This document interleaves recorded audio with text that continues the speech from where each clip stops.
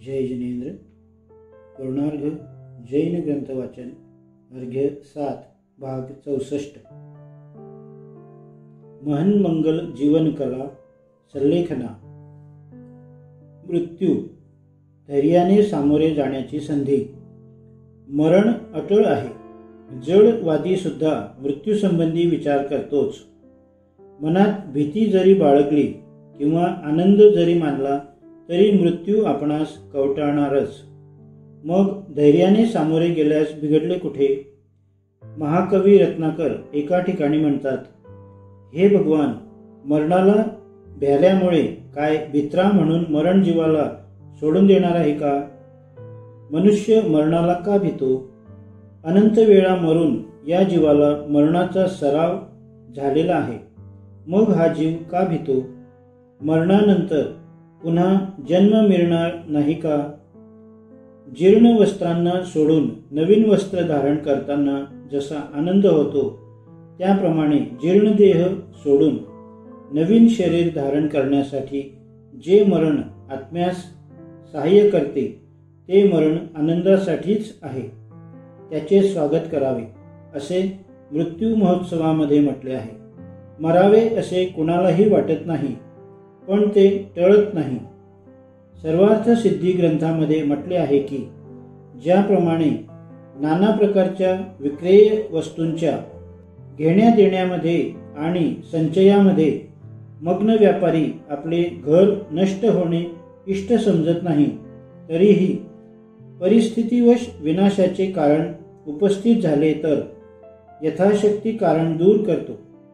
इतक्यावरही अशक्य झाले तर विक्रेय अर्थात विक्रीस योग्य वस्तूंचा नाश होऊ नये असा प्रयत्न करतो। त्याप्रमाणे पुण्य स्थानीय व्रत आणि शील संचयात रममाण झालेला गृहस्थ सुद्धा आधारभूत आयु इत्यादीचे पतन इच्छित नाही। यदा कदाचित विनाशाचे कारण उपस्थित झाले तर आपल्या गुणांना बाधा होऊ नये म्हणून प्रयत्न करतो।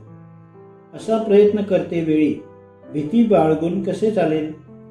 मरणाची भीती न बाळगणारे भगवान पूज्यपाद स्वामी म्हणतात, हे भगवान, प्राण प्रयाणाचे वेळी आपले मंगलमय नामोच्चारण करते वेळी माझा कंठ अवरुद्ध न हो। माझ्या कंठामध्ये आपल्या महामंत्राच्या उच्चारणाची शक्ती असावी एवढेच मी इच्छितो। मृत्यूला भिणारा माणूस अशी इच्छाच करू शकत नाही। एक संस्कृत वचन असे आहे की, अरे मूर्ख प्राण्या, तू मरणाला का भीतोस? जो भीतो त्याला यम सोडतो का? जे जन्मास येत नाही ते मात्र त्याच्या दाढेत सापडत नाही। म्हणून पुन्हा जन्मासच येऊ नये असा प्रयत्न कर। तेव्हा मरणसमयी मनात भीती न बाळगता धैर्याने समोर जाणेच इष्ट आहे। मरण आले म्हणजे सुवर्णसंधीच चालून आली असेच समजावे। सल्लेखना म्हणजे काय? कशाय आणि काय कृशता? सल्लेखना हा शब्द संपूर्णपणे जैनाचार प्रक्रियेचा परिभाषिक शब्द आहे। सत आणि लेखना अशा दोन शब्दांनी मिळून सल्लेखना हा शब्द होतो। सत म्हणजे प्रशंसनीय, चांगले, योग्य, यथोचित आणि लेखना म्हणजे कृश करणे। त्याप्रमाणे सम्यक काय कशाय लेखना सल्लेखना अशी सर्वार्थ सिद्धी ग्रंथामध्ये व्याख्या केली आहे।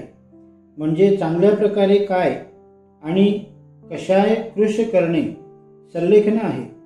रत्नकरंड श्रावकाचार या ग्रंथात समंत भद्राचार्य यांनी योग्य कारण उपस्थित झाल्यावर धर्माय तनु विमोचन माहू असा स्पष्ट निर्देश केला आहे। म्हणजे रत्नत्रय धर्माच्या रक्षणासाठी विधीपूर्वक शरीराचा त्याग करणे सल्लेखना आहे। धर्माय शब्द महत्वाचा आहे।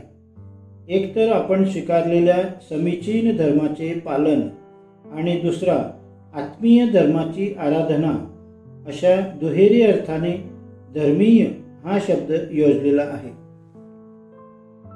सल्लेखना केव्हा घ्यावी? कारण चतुष्टय स्वामी समंत भद्राचार्यांचा खालील श्लोक अतिप्रसिद्ध आहे. उपसर्गे दुर्भिक्षे जरसिरुजाया च निष्प्रतिकारे धर्मायतनु विमोचनमाहु सल्लेखना मार्याः. निष्प्रतिकार उपसर्ग आल्यावर, दुर्भिक्ष पडल्यावर, वृद्धत्व आल्यावर आणि असाध्य रोग झाल्यावर धर्मार्थ शरीर सोडणे यास सल्लेखना म्हणतात.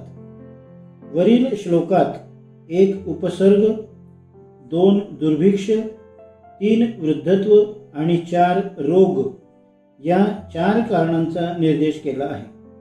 उपसर्ग मग तो चेतनकृत असो अथवा अचेतनकृत, आणि दुर्भिक्ष दुष्काळ पडल्यावर, वृद्धपणामुळे आणि रोग असाध्य आहे असे समजून मरण समीप आले आहे असे गृहीत धरून सल्लेखना धारण करावी.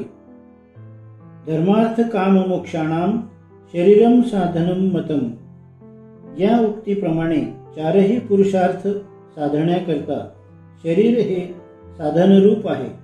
तेव्हा शरीराला कायम ठेवणे अशक्य झाल्यावर त्याचा यथाविधी त्याग करणे इष्ट आहे. क्वचित देशावर आक्रमण झाले असताना किंवा तशाच प्रकारच्या इतर कारणांनी धर्मपालन करणे अशक्य झाले तर शरीर अगतिकतेमुळे त्यागाशिवाय मार्ग उरत नाही. अशा वेळी काय करणार? भगवती आराधना या ग्रंथात पुढील प्रमाणे वर्णन आहे.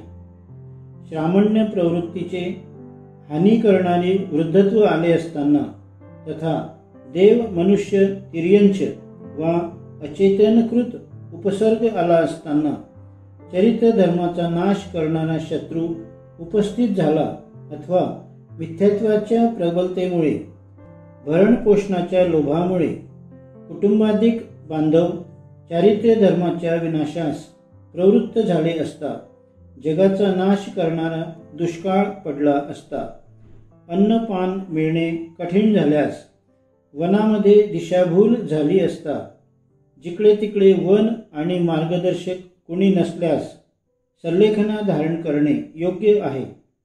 दृष्टी नष्ट किंवा अतिशय कमी झाली असताना कानाने ऐकणे अशक्य झाल्यास, आहारादिकास उभे राहण्यास जंद्या निर्बल क्षीण झाल्यास अथवा तत्सदृश कारणे उपस्थित झाल्यावर मुनी किंवा श्रावकाने शरीर त्याग करावा.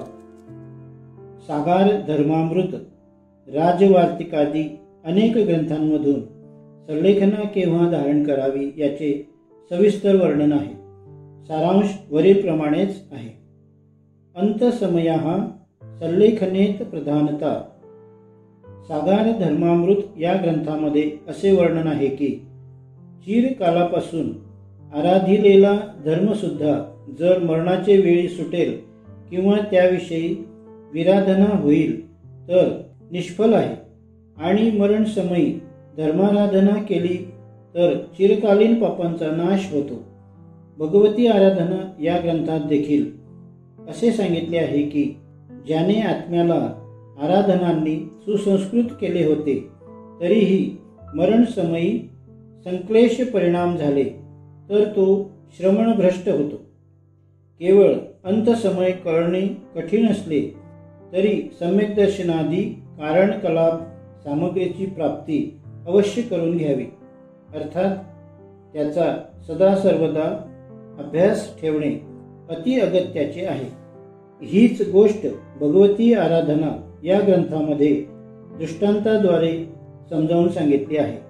तो दृष्टांत असा: ज्याप्रमाणे राजपुत्र शस्त्रविद्येचा सतत अभ्यास करतो, त्यामुळेच युद्धामध्ये तसेच कर्म करण्यास समर्थ होतो, त्याचप्रमाणे साधू सुद्धा आराधनेसाठी योग्य असा नित्य अभ्यास करतो.